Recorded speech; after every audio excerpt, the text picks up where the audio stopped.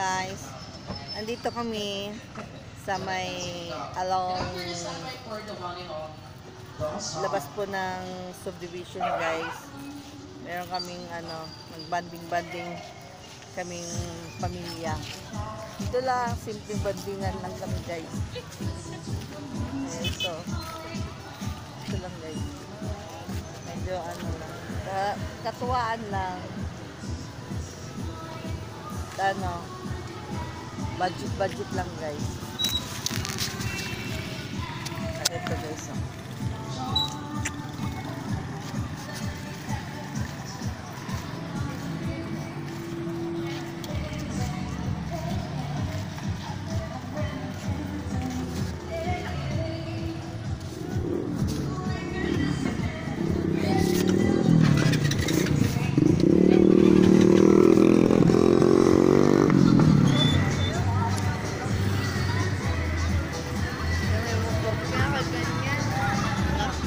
Stop mo na lang. Stop mo, tapos dito ka mag-camera. Ha? Stop mo.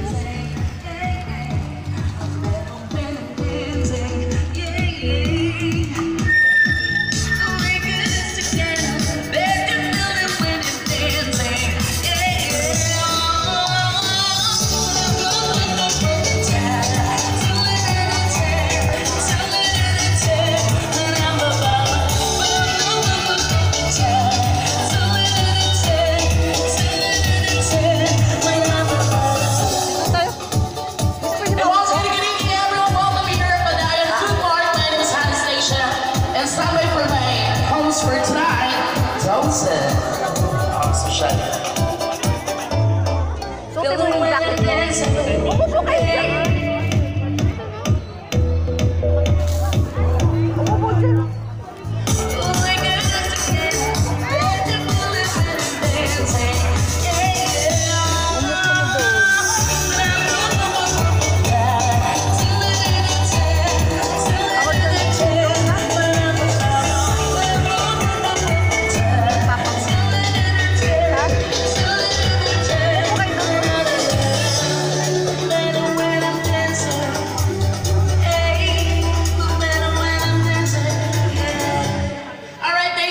And once again, my name is Anastasia, and I have to give you on stage the 5 Grammy Award winner, the 5 heavyweight champion.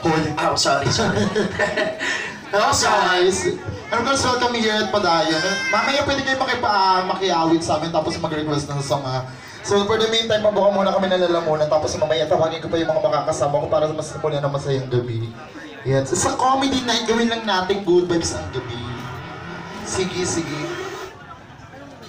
Tapos pag may nagsa-celebrate sa inyo guys ng birthday or an occasion, sabihin nyo lang sa akin para ma-acknowledge natin ha.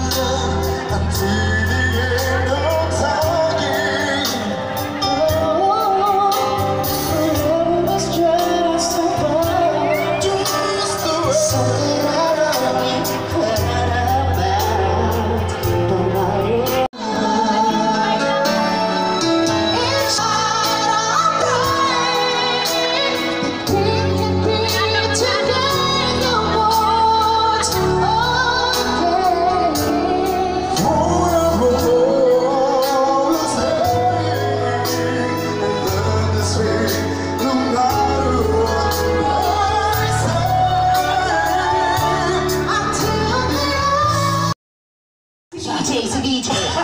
So pwede kami mag-DJ. Tatanggalin si DJ tapos siya na yung mag-DJ. O at least na-promote ka! Di ba? At least naka-crop top ka, nag-DJ ka. Correct. Tapos punyeta, kakaterno mo yung mga bouncer na putang ina mo. Totoo po yan! Bakla ganun na uso ngayon sa TikTok. Oh, thank you for the rose. What? Dapat sumasabay tayo sa uso. Siyempre, alam niyo naman mga tao nasa social media lahat. Totoo yun, sumasabay po siya sa uso. Lalo na nung lockdown, nung pandemic. Di ba uso ang COVID? Pinangarap niya magka-COVID, lumabas siya para magka-COVID lang makasabay lang sa O, uso. diba? At least natalo ko siya, te. Sino nanalo sa amin? Bakla buhay pa ako.